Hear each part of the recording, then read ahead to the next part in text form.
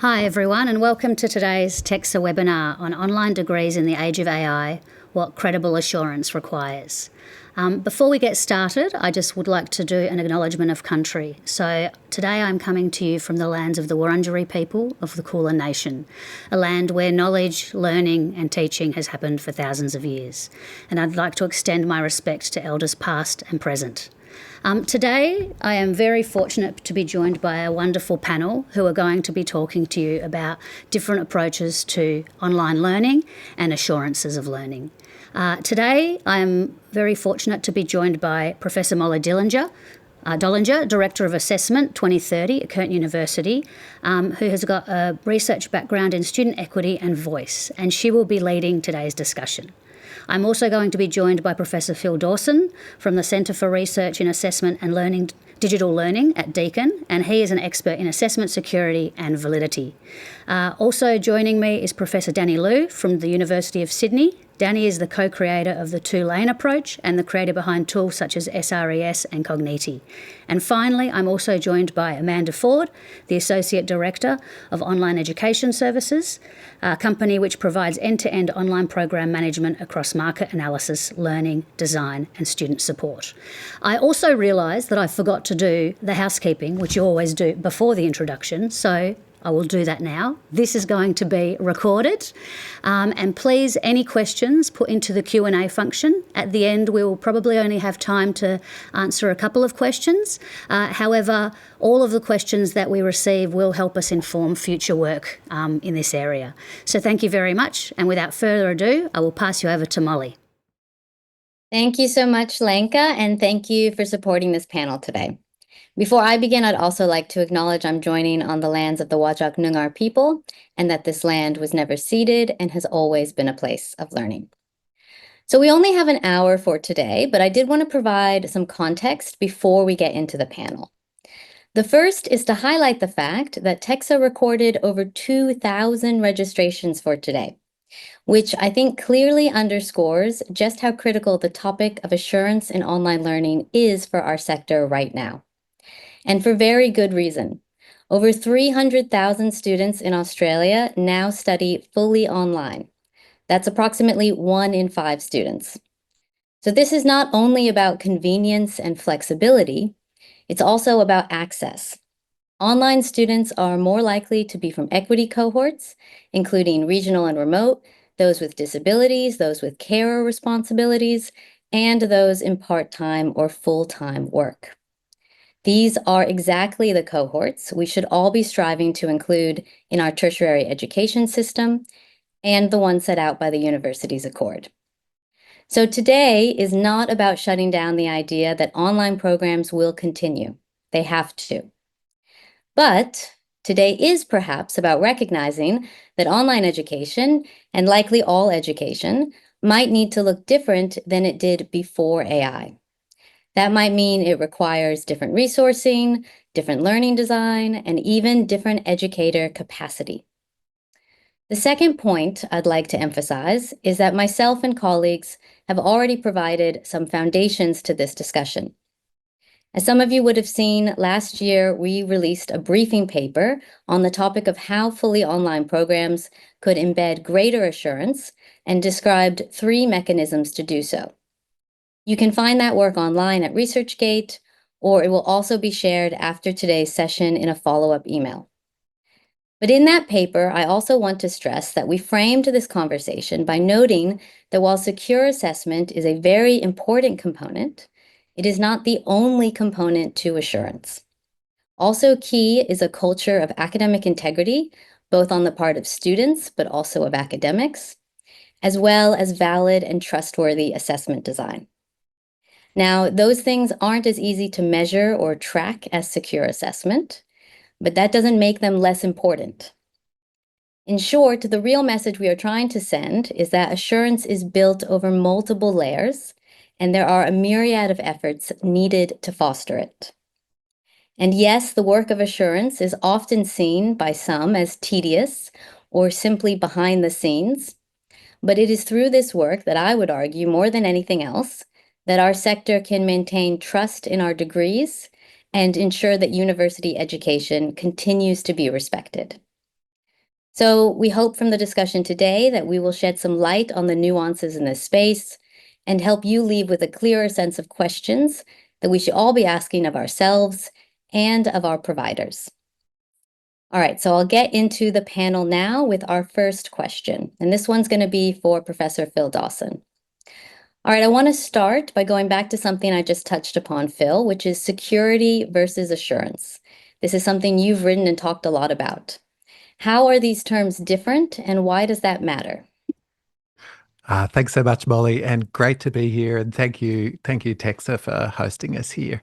I think that there has been traditionally this sort of view of academic integrity is its own standalone thing that we've got to address. And in a book about 5 years ago, I proposed this idea of assessment security, which is all the stuff we do to try and make sure that people are doing the work themselves under the conditions that we want them to do it in.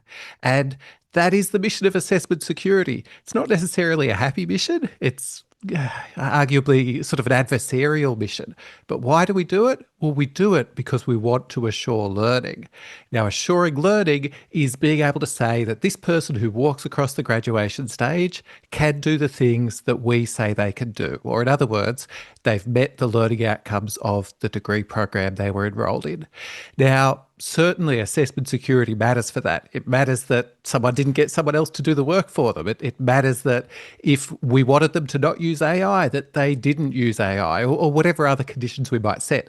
But it's absolutely not the only thing. You can secure terrible assessments that are really bad ways to know what someone's capable of. To get a bit technical, we would say that those are assessments with quite poor validity. Validity, are we assessing what we mean to assess? But also you could set assessments that exclude, that don't work for some people. That makes assurance really hard to do. You mentioned a culture of integrity, a culture of positive academic integrity, and that matters as well. I think it's a really dismal world that we wind up in where we say that we graduated students who did the right thing because we were watching them. No, we want to graduate students who do the right thing because they value doing the right thing. And in that bundle of assurance is a whole bunch of other work that people do. If you've ever worked on aligning learning outcomes or mapping things across a program, you've been doing the work of assurance. But also importantly, if you've ever worked with students to ensure that they get the developmental opportunities to learn what they need to learn and develop those wonderful things they'll need in the future, you're also doing some of that work of assurance. So it's a really great question, Mollie, that we zoom out from the slightly sometimes dismal concerns of assessment security to consider all of assurance.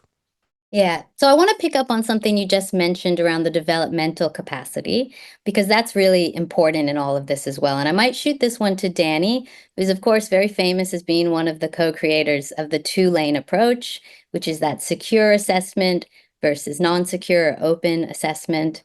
So Danny, how do you see that approach helping educators think about that developmental scaffolding? And is there sort of an ideal pattern or route that you would recommend? So thanks, Mollie, and thanks, Tex, for holding this as well. The I think what the two-lane does is it communicates a sense of reality to students and also staff. It communicates a sense that we can really only have a chance of knowing what you're doing with tools and supports around you if you are kind of in front of us and we could talk about whether that means virtually or physically. But it also recognizes that we have a lot of situations where the students won't be in front of us and we won't be able to know. And so therefore our role as educators is not to police or restrict or deny their use of the technology that they have available to them, but rather to help them take that developmental agency and to help walk them through what they can and what will be helpful and what will be unhelpful for them to use AI and other technologies and supports for. So I guess what we're trying to do with that two-lane approach is we're trying to say to people, the reality is our role as educators is to support students' agency in reality, and also to assure learning. And the assurance can only come from those kind of observed assessments. Yeah, thanks, Danny. So let's bring this back to the online context now that we've kind of set some ground thinking. I'm thinking, Amanda, obviously you work a lot with fully online courses. In what ways are they starting to embed and think about secure as well as that scaffolding and development over time? Yeah, so and thanks, Molly, and thanks also TEQSA for inviting me. And I know I'm the only non-professor on the panel, so I appreciate the invitation. So how are they embedding that and scaffolding? Sorry, the question was scaffolding. Yeah, that. embedding secure assessment, but also thinking Yeah. more longitudinal across their courses. Yeah, so look, I think that that's it's naturally something that is being considered across our partnerships, and the different ways that we're seeing it come through. I think secure assessments is one of the very key, the very key ways. Oral assessments, particularly, there are certainly some exams coming through, but we're really pleased to see a lot of oral assessments. But one of the things that we're also having is the relational type assessments coming through and the relational moments for assurance. So that's something that in terms of our response to the approach to doing assurance of learning in an online context is, we developed a connected assurance framework, which recognises that assurance occurs through the collection of evidence across time. So across a program, so we've got our pedagogical layer, which recognises that program level assurance. We've then got the relational layer, which recognises the opportunity to speak with students in a synchronous sort of capacity, as well as the technical, which is to the point of the conditions of assessment and that secure approach. I might open this up to everyone. So I've noticed a lot of emphasis on design these days, which is really good. People are thinking about course and learning outcomes. They're thinking about assessment design. They're thinking about rubrics and criteria, and that's all wonderful. But we hear this word relational a lot, and I think it's getting interpreted in lots of different ways, and it's obviously much more difficult to sort of pin down. What are we talking about when we're talking about this relational pedagogy? What does that look like? Is that something we can embed and monitor? Does anyone want to take this one? I mean, I think for us, certainly the relational component is having the opportunity to get to know our students, So it's something that we were looking at in terms of our teaching model, and we were recognizing that having the opportunity to spend more time with our students would actually be really good from a sense of belonging perspective and a connection perspective. So the experience for students we thought would be, better if we could actually introduce those opportunities for that. But then, of course, it has that assurance element as well. So things like thinking about, if a student's going out on placement and having the opportunity to do some coaching with them before they do that, if they're having, say, an oral assessment, having check-in sessions prior to that to sort of see how they're going in terms of developing that knowledge throughout the unit. So there's sorts of ways that we're implementing relational throughout our units. I'm going to ask a hard question now, which is a lot of our online students are time poor. What happens if they don't necessarily want to do the relational? What do you think the role is of our online providers there? I'll jump in. I guess Bruce McFarlane has done a bunch of work on sort of academic freedom and students' freedom to learn in the ways that they might want to learn. And some of the times he argues that we actually get students to do a whole bunch of sort of paternalistic busy work or something that might not actually be necessary. They should be free to learn in the ways that they want to learn. So with those sort of ideas around academic freedom in the background, I think we have to sell it to students in terms of our need to do this as part of assurance processes. I think that, I am part of a family where I watched my dad get his degree as a mature age student. He had to juggle sort of work and family and all sorts of other stuff, but was able to do this correspondence course through Charles Sturt Uni that really elevated our family up into a different way of life for us. It was amazing.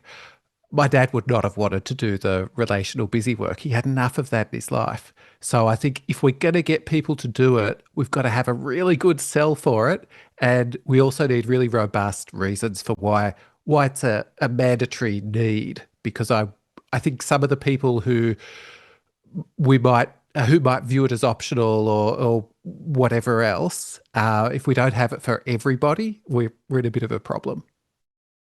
Yeah, I think, can I just add to that, Phill? Because I really agree with you. And having like a learning design background, that was one of the things. If there's something that's really, really important for students to do, you really need to link it to assignments, you know? So I sort of think in doing our pilots and doing our relational pilots, we certainly have, there were optional, opportunities for students to engage in those relational activities, and we certainly weren't getting 100%. I think we're getting closer to, say, 50% engagement. And I apologize to the people who do those projects because I don't have those stats exactly, but I know that, say, across the average, it was around about 50%. What we do know, though, for the students who did actually engage in those is that they really enjoyed them. And I think we're getting, sort of similar feedback around, say, oral assessments is, from that sort of that pedagogical perspective and having that opportunity to connect and share their ideas with our OLA and receive that immediate human feedback is like really fantastic. And I suppose as well, if we look at the kind of authentic type assessment, engaging with people and talking through your ideas with people is something that, we have to do, in the workplace. So I think there's, as Phill said, I think it is about selling it, but I also think it is about making it meaningful for students. Yeah, I totally agree with you. And I think sometimes higher ed is viewed too much in the other direction, where it is possible to get through a degree and at no point does the university give you the opportunity to have a one-on-one chat with someone about the area that you've been studying. And I think that's a really dismal world where we end up there. I think probably, from what I've taken from the past couple of years is if nothing else, we now have so much more respect for the work that educators do in designing learning and assessment and thinking about, learning across an entire course than we ever did before. So I think that's a real positive direction. But I might move this question to Danny here, which is we are learning, or at least disseminating, more about what good learning looks like in the age of AI. But a big piece of this is around educator capacity. So not just training, but also the ability to have time and space to think about it, to have venues or networks to be able to share their ideas and connect with others, get inspiration, and so on. How have you seen this sort of unfolding in the past few years? And is there anything else you'd like to see continue to develop? So I think this is a good question that draws on a few questions coming through the Q&A as well around people are just stretched. They have massive asynchronous classes. They may not have the resources required in their provider to actually do a lot of these relational assessments, which I completely agree. Education is about relationship, and we need to make sure that students, as much as we can, we're providing them with these opportunities to connect with each other, connect with staff members, and feel like they matter, because it's valuable for relationship building, but also it's valuable for assurance as well. But the complete educator capacity thing is a challenge, and often I think it may be perceived that online education is an approach that is cheap. Is an approach that I don't hold that view, but I think it is a view that is held by people, and that is easy as an easy way out for institutions to go down. And I think if we need to approach this properly, like we've been talking about relationally, it can't be seen as the cheap option. It can't be seen as the second-rate option that you do because you can't do on face-to-face.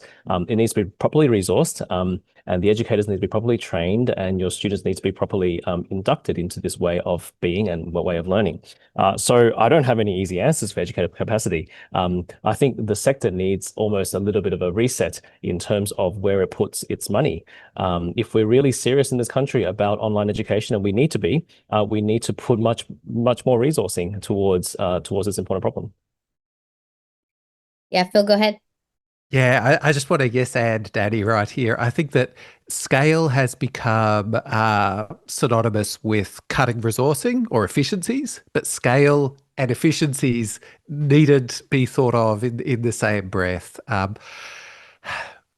Institutions I'm going to be a bit controversial, we do get a fair bit of money for the students that we teach through whatever ways we get it. We then have to decide what the best way to spend it is. And whenever I see at the end of a first year unit of study, an exam and a whole bunch of expensive assessment methods, and then in the final units of a degree, just a take-home project where you go away and do whatever you want with zero supervision at all, and then the institution says, we don't have enough money to do assurance properly. I say, yes, you do, but you're putting it into the wrong places. Yeah, and that really leads to the next question I was going to ask, which is who ends up paying for assurance in the current model, and how should the idea of how that gets split out across the institution and the student be more equitable in the future? Because the other thing we're starting to see is a lot of the burden being placed on students themselves as opposed to the university. I don't know if anyone wanted to comment on that. Can I just do a bit of a story about the kind of cost analysis? I was at an industry conference a couple of months ago and talking to a C-suite executive who works for a very large insurance company in Australia, so very influential. She's doing they are doing an online course at Australian University. And they said to me, I look at the assessments that they have, and I wouldn't trust a graduate from this university who did its online course. And that's such a shame, because it's so important to have these online courses available. But then if this is a C-suite executive at a major insurance company saying this to their other C-suite executive friends, then this word is going to spread that online education is not trustworthy. And that is going to have a monetary impact very soon on our universities, many who do excellent online learning and teaching, but may struggle with online assessment. And so we need to very quickly, I mean, the money thing is completely right. Phill is right. We do have the money, we're just spending on the wrong things. But what if the word gets out, and for better or for worse, people perceive that there is a threat to the integrity of these online degrees, that they stop hiring students from us? Then students will stop coming to us, and then we won't have any money anymore to deal with this. So we need to deal with it urgently. I think very well said, Danny, and something we probably all agree with, especially when we know that if there's, a few providers that go out and don't provide the assurance, it has that ripple effect on the entire sector. So where do we see TEQSA's role in all of this? Do we want TEQSA to play a stronger role? Do we want perhaps the government, ATEC, to think more about where money should be spent? Is that something that would be a positive direction?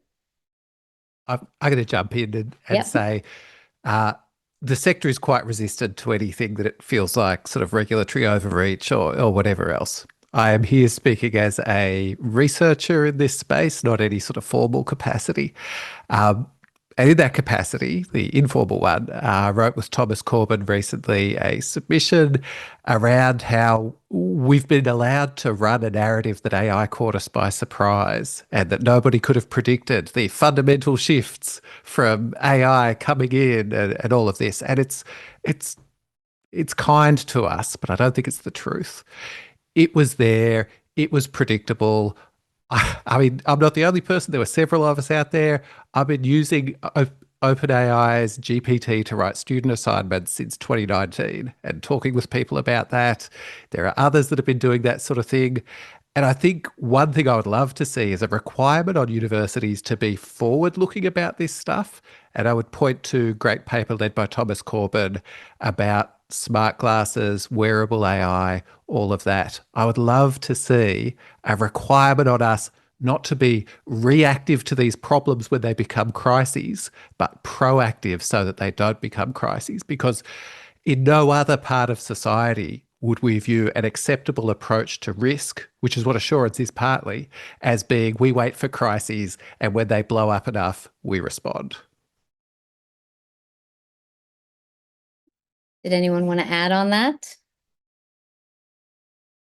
What about Amanda? There's been a lot of work done on minimum standards for online learning design and other aspects like that. Is that something that your organization uses? Is that something you think minimum standards is a good place to start? I mean, yeah, look, I certainly think that we use sort of we've always had a foundation of, I suppose, accepted frameworks and good best practice online frameworks. They're just, they're the basis upon which we do all of our learning design, and we go far beyond that, So I suppose if we're thinking about forward thinking, one of a good friend of mine, one of the learning designers, she's been thinking about, how can we actually future-proof our learning design? How can we be innovative? How can we test and learn, essentially rapid prototyping, to be providing the best possible learning experiences for our students, and thinking about what it means to be an online student or a student just generally in today's world. I think one of the things that came from the recent Jason Lodge session was, students use AI because it's easier and quicker. So how do we respond to that, as educators, and when we're thinking about doing learning design? How do we make sure that our learning design, is sufficiently scaffolded and can adapt to the different needs of learners in terms of scaffolding? What can we do to actually reduce the time spent? We don't want them doing busy work, so what can we actually do to help sort of speed up that process for them? How can we provide better pathways through for them? So I think, 100%, sitting here, I feel like one of the things that online, OES is recognized for, I think, in the industry is high quality learning design. So it pains me to hear the idea that, say an online degree wouldn't be considered, and I have an online degree myself, so the idea that it actually would be considered less than is really disappointing to me. So, sure, I think that certainly could be true, but I'll also say to maybe controversially is I think poor learning design isn't necessarily, or poor learning experiences isn't necessarily just in the domain of online. I think there can be poor face-to-face experiences as well. So I think we're talking about a sector problem rather than an online one.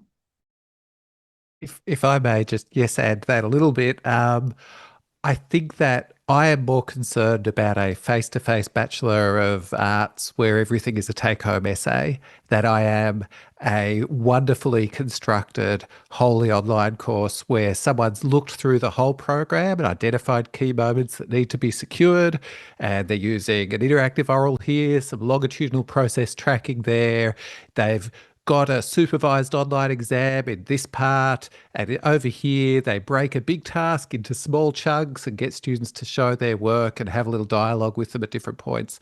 That's a wholly online program that I'm much less concerned about than a face-to-face, we know our students, but do you really know them and the connection between them and their work, or is it just a whole bunch of big end-of-unit tasks that are marked in the absence of the student? There's no real assurance there. I agree with you, Phill, but the reality is most of our online courses, if I had to take a guess, are probably securing themselves through online invigilation at the moment. So I want to just talk about that, and I'd love to hear Danny's thoughts on this as well. What do we think about that sort of fast, rapid uptake of, I'm going to put an invigilated exam in my online unit, and that's going to make it secure? I think a lot of people, even face-to-face educators, are putting exams in their units and hoping that actually aids assurance of learning. And like Phill said in response to the first question, if we just examify everything, then we're not really assuring learning, are we? We're securing a lot of stuff, maybe, until smart classes come along or implants come along. But are we really assuring validly? I don't think we are. So it's not just an online problem. In terms of the online invigilation and online process tracking and those kind of tools, I think it's always going to be it's going to be an arms race. There are going to be fairly easy ways to download things onto computers that can break those tools, not necessarily AI-based, but otherwise based. And it's not, I don't know, I would personally advise against an over-reliance on technology to fix a pedagogical problem and a resourcing problem. I would really totally agree with that. And I think, again, rushing to secure with exams is definitely not something that we're experiencing across our partners. So we work with 5 different Australian partners. And so 100%, I think there's a thought being put into, as as Phill said, how do we introduce these secured moments really thoughtfully, across a program? How do we collect different forms of evidence, so that sort of focus on that program level approach. And I think in terms of invigilation being like a method for securing, say, a particular condition of assessment, it is certainly one thing that we can do. And to Danny's point, how valid that is in its ability, whether it's face to face or online, to actually secure the conditions. How we can continue to do that, with the technology, as it develops into wearables, that becomes a little bit more questionable. But this is where I think we need to have these different types of approaches. And so implementing those, to my mind, it's the only way, it's the only pathway forward. And I think that there's quite a lot of evidence of that being done in different kinds of ways out in the sector. Yeah, it's sort of the Swiss cheese approach that Kiara Rundle, Guy Curtis and Joe Clare talk about, that there is no perfect solution, but we can get a whole bunch of different solutions with different holes in them, and we layer those different pieces of Swiss cheese and end up with something better than if we'd spent all of our time searching for the one perfect thing. Now, I mean, that said, it's important that we're aware of the problems with each particular type. And if we take the online supervised, remote proctored exams, I've read a lot of the research literature on those, and it seems like any time a researcher tries to cheat in a remote proctored exam, they are able to find a way to do it. So the literature really supports that students get worse grades in remote proctored exams versus totally unsupervised exams. And people infer from that that students cheat less in them. But that's like a deterrent effect rather than a detection effect. And for assurance, we really need both. Yes, we will encourage and deter, we'll encourage the right thing, deter the wrong thing, but we also do need to know when people have done the right thing. So if I were to see a degree where it's all remote proctored exams, I would think you've got a single block of Swiss cheese where the holes are all in the same place, and you could poke your finger through it. Yeah, absolutely. I want to switch gears a little bit here. I think we're kind of skirting around the fact that online is often a little different than in person in a very particular way, which is that students often study online, not necessarily in a linear fashion. They're not necessarily from the same institution. They might move around. So while we're obviously advocates, I think all of us, of course-wide or programmatic approaches when it comes to learning design, that's not always feasible in the current online learning environment. So what do we think about those silos or that sort of chop and change approach to online learning? Is that something that we think has to change moving forward? I mean, like, I acknowledge that model exists. It's certainly not something that so in terms of solutioning for OES problems, which is, I suppose, what I've been focused on, this is not something in terms of our model. Students tend to sign up for a full award and they stay with us for the full award. But I recognise that this is something that does exist in the sector and isn't just true for online. As I understand, certainly students can do that in a face-to-face context as well.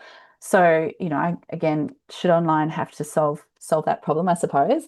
But I guess, and look, I am not a professor. I just want to acknowledge that. But I guess what I would say is, like, I've seen a few different approaches. I was at a assurance of learning session last week, and I saw a few different approaches where essentially the idea of mapping outcomes, course level, unit level, all the way through to the real micro level, to rubric criterion level, is occurring. And so in doing that kind of mapping, and in being able to extract data and track your data, I suppose, what I guess I sort of wonder is, I feel like that is going to be the solution. And I'm not saying that I know how we're going to get there, but my sense is that could perhaps be a way that institutions can demonstrate what a student has actually done at that micro level.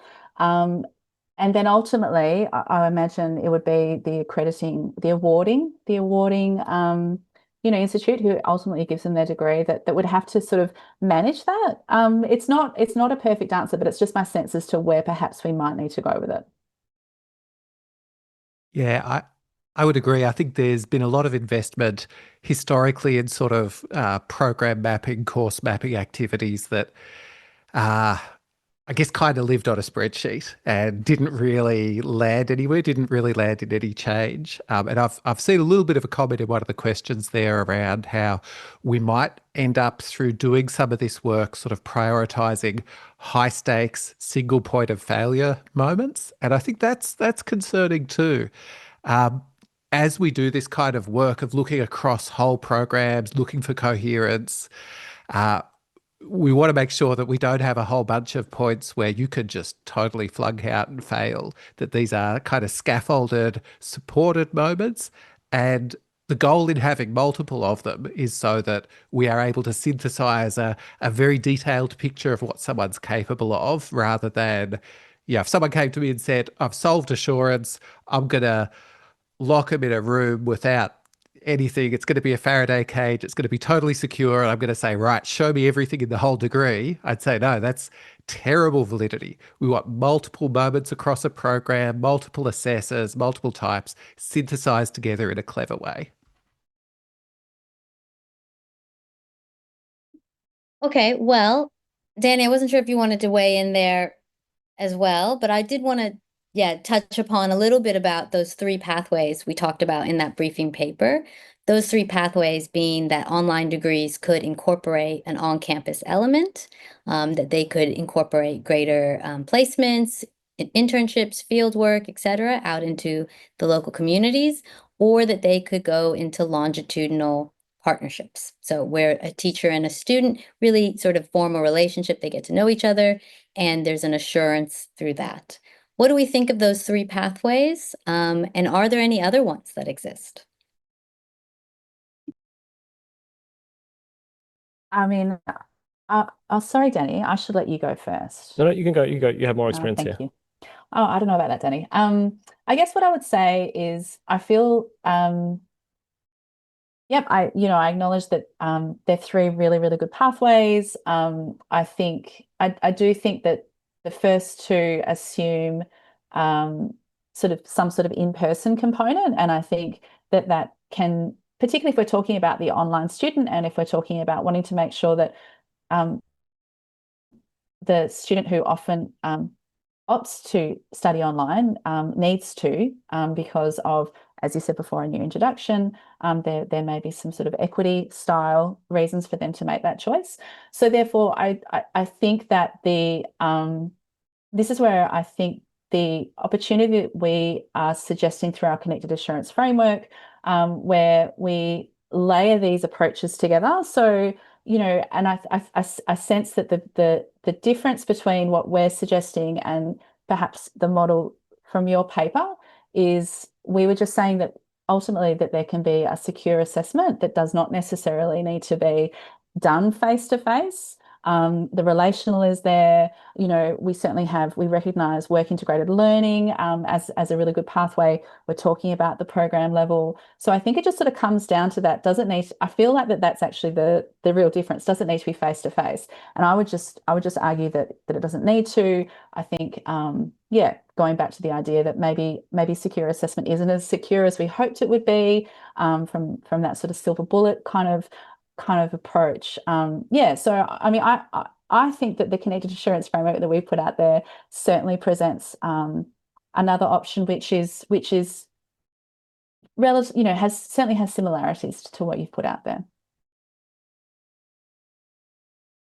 Yeah, so you said that and a comment in the chat came through as well. The first two compromises, those pathways around coming on campus perhaps once a year or throughout the degree, and the placements can both raise equity barriers. Now, I would argue that nothing is more inequitable than watering down the value of online degrees and perhaps risking the entire offering altogether. But that aside, let's really focus on that relational, because I think so much of the conversation is really hinging upon this, but it also is very hard to measure, right? We know when students come on campus, we know when they do placements, we have supervisor, timesheets and all that jazz. Relational is fuzzy, and it really comes down to, and I would love Phill and Danny's thoughts on this, the training and the educator evaluative judgment. Do we think that's something that we can have throughout the sector with rigor? And how would that look?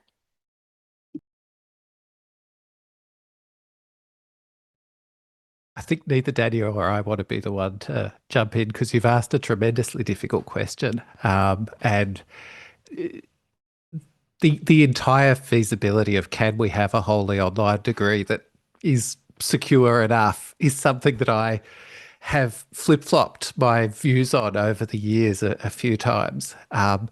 I think the onus is on a provider to demonstrate that they are able to conduct a wholly online degree without any face-to-face parts.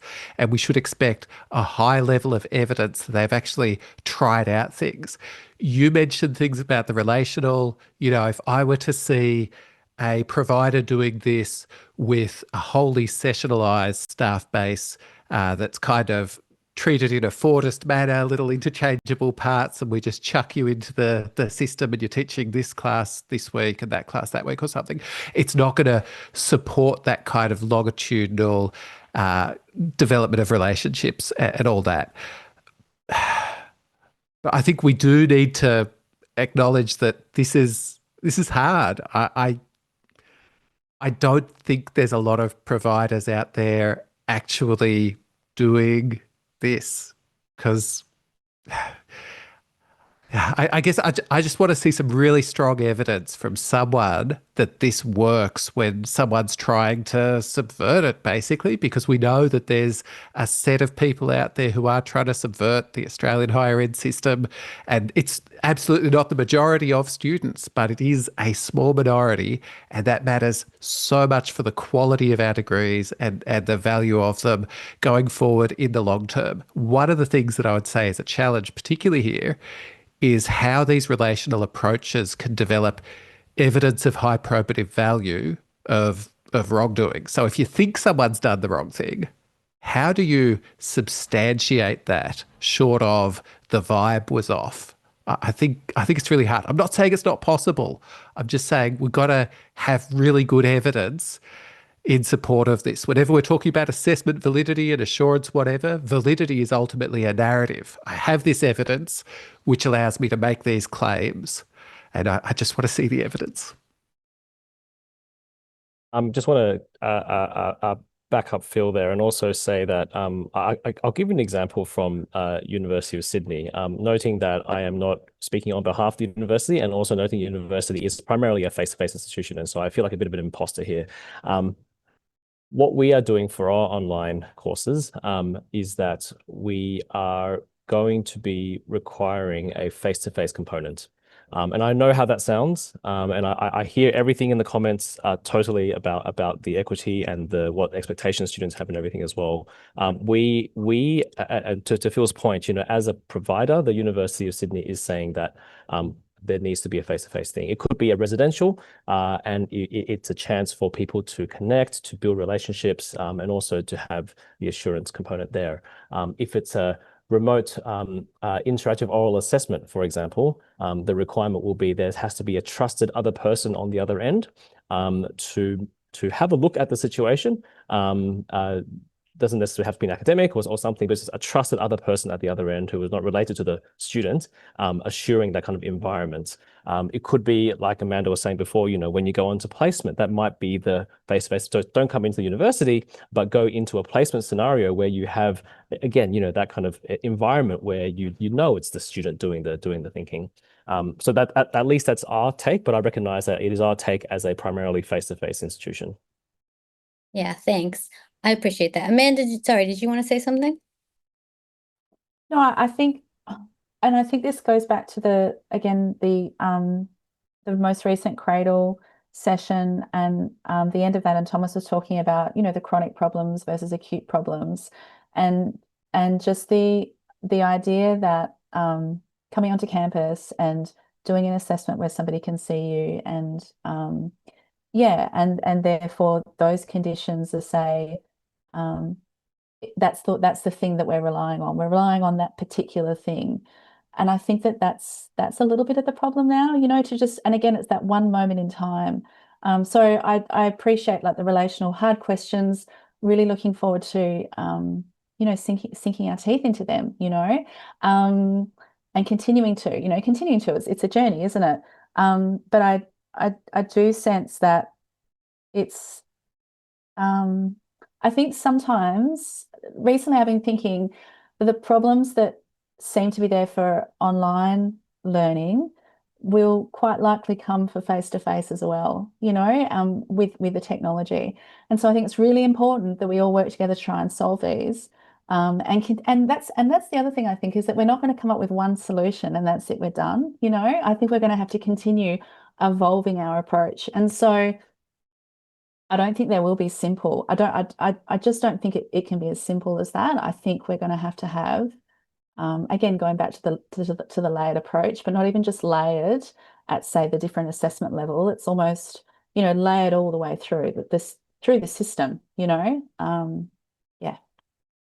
Yeah, and I think what all of us are saying is that it's not as easy as just bringing a student into campus or supervising them in a synchronous setting, that it's also about that assessment validity, Phill, that you've written about, and making sure that it's quality and the signals to the students and the scaffolding that goes before all of that. And so all of this is very nuanced and complicated and requires a real big change in thinking about how we support the resourcing around it. Now, I think really what, the topic obviously for today is fully online degrees. And I think as someone touched upon earlier, these have often been seen as from the margins, using Kathy Stone's language here, and never really brought into the mainstream until recently.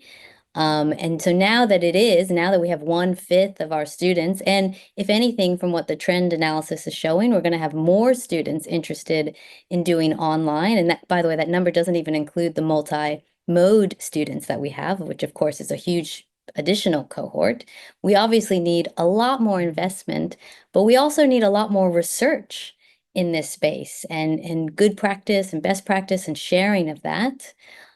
Is there anything here that people could sort of comment on? I know that there's so many people joining us today who are working in this space. How do we signal to the top that this whole model might need to look different? I'm just going to say that we need systemic investment in R&D in this space. So we need government or someone to actually get the checkbook out and say, this is an existential threat to higher education, but it's also an amazing opportunity for competitive advantage for Australia globally, to have the higher education system that assures online learning for all the people out there in the margins, all the people out there in the bush, everywhere. I grew up in a small town of 10,000 people, and there was not I couldn't catch the bus to uni or something like that. It's far away. I had to move out of my hometown to be able to go to uni.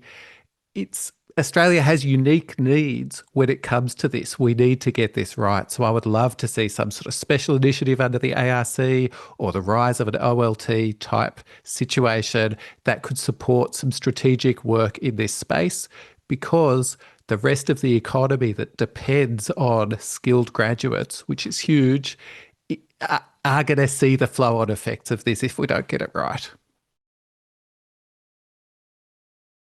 There is so much at stake, as we have been discussing in this space. And I agree with you, Phill. This is actually an economic opportunity for Australia to go above and beyond and set themselves up globally as a great high quality online provider.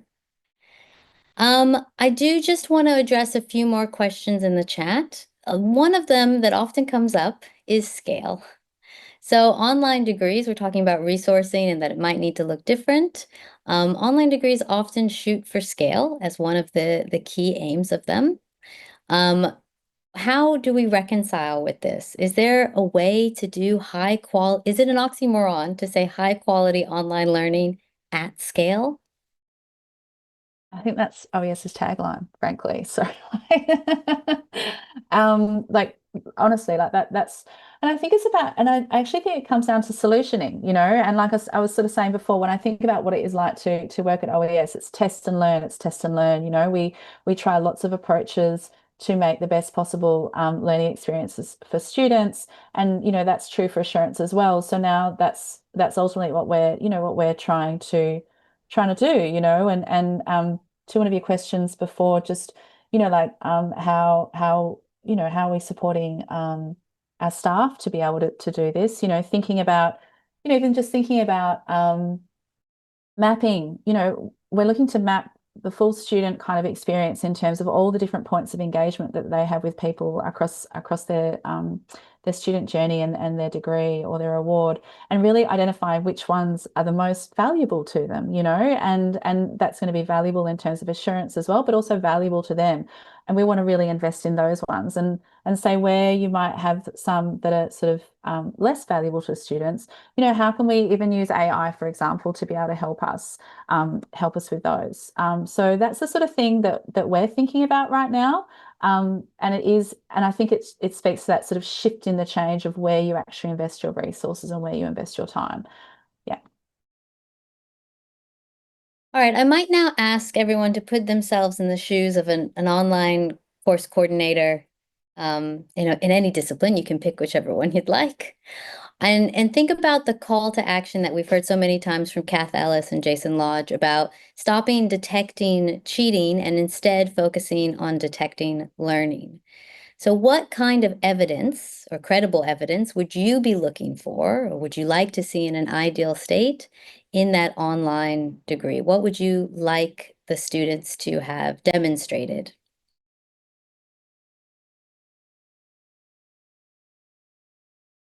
Is this a difficult question? Look, I think that the thing, one of the affordances of online is that the students do the majority of their formal learning, or all of their formal learning, let's just say, in like an LMS, yeah, learning management system or something like that. So I think there's going to be, you know, there's going to be a lot of data that's generated, and that's going to be true for face-to-face as well. Yeah, there'll be lots of data generated. So I sense it's about, like, for me, and again, I feel like I'm developing my understanding of this, and we're exploring. But for me, I think it comes down to all of the different data points that we have available to us, and we need to identify which of those are actually the most important and what we can actually do with those. So secure assignments, for example, you know, really clear, you know, large piece of good data source, let's say. Then we'll have our relational. We'll look, you know, how can we actually be, you know, doing relational evidence well. Yeah. So I guess identifying all those different types of evidence and having them paint a picture, I suppose, of the student and of their learning across time is the way that I see it. So I don't think I can answer exactly what all those different types of data will look like right now. But I feel like it's probably about being able to apply maybe even a scale to different types, you know, so these are our gold-plated bits, you know, of assurance. And there's other little bits here which certainly are sort of not as important, but all together they add to that picture. I think that's the way that I'm imagining it. I would love to see, if I'm a course director, as I have been in years past, I'd love to see a portfolio of evidence at the end of the program where it's annotated with the sort of assessment security and circumstances around the pieces of evidence. So all the different things students have done, and I can grab all of it and make a judgment on all of it, but I can also grab the secure bits of it and say, from these secure bits, do I think the student is at that graduate level? Have they met that outcome? And my ideal form of this would enable program leads and others to make a holistic judgment on a big pool of evidence and say, yes, fantastic, this student could do it. They might have had some bumps along the way, but overall I can see they're at the required standard. So not a whole bunch of small high stakes judgments, but a great portfolio that we can celebrate and that they can take with them into the world. And for a practical example, I'd point to some of the teaching performance assessments that are common in schools of education. They are often made up of high quality, robust evidence from practice settings, and they are then taken out into the world, and the teachers have these as a resource for their future. Danny, anything to add? No, I think what Amanda and Phill have said, I think are spot on. That kind of a collective portfolio of evidence, which is in parts going to be secure to draw those inferences of student achievement on, I think are really important. Something that I will say, just because we don't have much time left, is this is a really tricky problem that I don't think anyone in the world has sorted. I was at a conference last year, end of last year, the Open, I can't remember what they stand for, the Open Educational Council. And this is, the tertiary providers from across the world. And all of them had exactly the same question that we're grappling today. And none of them had any solutions, any good solutions. So I know in the chat, people have been asking, what's a regulator going to do? What's the percentage of X? What do we do about this? I don't think we have a good solution as a sector yet. Well, that's not the most positive note to end on. Sorry. But I do think it's honest, and I think honesty is important.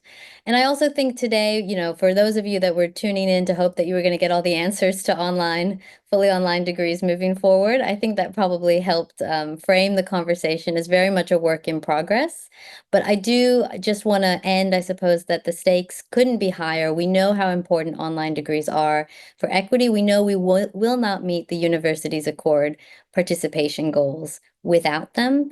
Luckily, we do have a lot of passionate, interested people in the space. That's why we had so many registrations for today and so much interest. And we do starting to have some ideas on how we can address this moving forward. But I do hope everyone who's listening, who's passionate about this, also starts writing down their ideas, sharing them on LinkedIn, writing them in publications, going to conferences and so on, and engaging, because that's how we're going to improve and learn from one another. So I think I might just end sort of asking each of the panelists to just give your thoughts on advice that anyone listening could hear around supporting that credible assurance in online degrees. Anything we didn't touch on? Yeah. I'll just finish by saying it's a team sport. It's something done with your colleagues. So the number one action item is to go have a coffee or a Zoom or whatever it is with the people who teach in your program and say, how do we do this across the whole thing? I will yes and feel that. So 100% collaborate. Collaboration, I think, is really key. And I think this has been what's so great to see across this assurance piece within the sector is how much collaboration there has been. And I certainly know that as we have been working through our approach, we've certainly collaborated with our partners, and we've also collaborated outside as well. So I would say internal collaboration inside your organisation, but also outside as well. And I think it's certainly, the sort of thing that we all enjoy having a long, robust conversation about. So let's continue to do that. And I might, yes, and that with a provocative statement that we need to help our university leaders come to terms with this, that they do need to throw resources towards this, because the word is spreading, unfortunately, that online learning is not as valuable. And that's a sad word to be spreading. We can't let that happen. And so we need to make sure that the senior leaders who control the budgets understand this and actually put resourcing towards this. There was a chat comment before about how, it was done well when someone had 150 online tutors. Yes, great. That's what we should be aiming for. So let's get this known by people who hold the purse strings so that we can invest properly in this. All right, that's amazing. I was told by TEQSA to make sure we stayed on time, and it is exactly 1 hour. So thank you to the panelists for joining me today, and thank you for everyone for joining us, as well as Lenka for sponsoring this panel. Thanks everyone for joining us. As you can see, it's 3 o'clock, so we don't have time for any questions. However, I will answer one that came in. Yes, we can share the links to the papers mentioned during the discussion. And if anyone would like some of your questions answered, please send through to the Integrity Unit, and we will do our best. Thank you very much for joining us and have a good afternoon. And thank you to the panel members.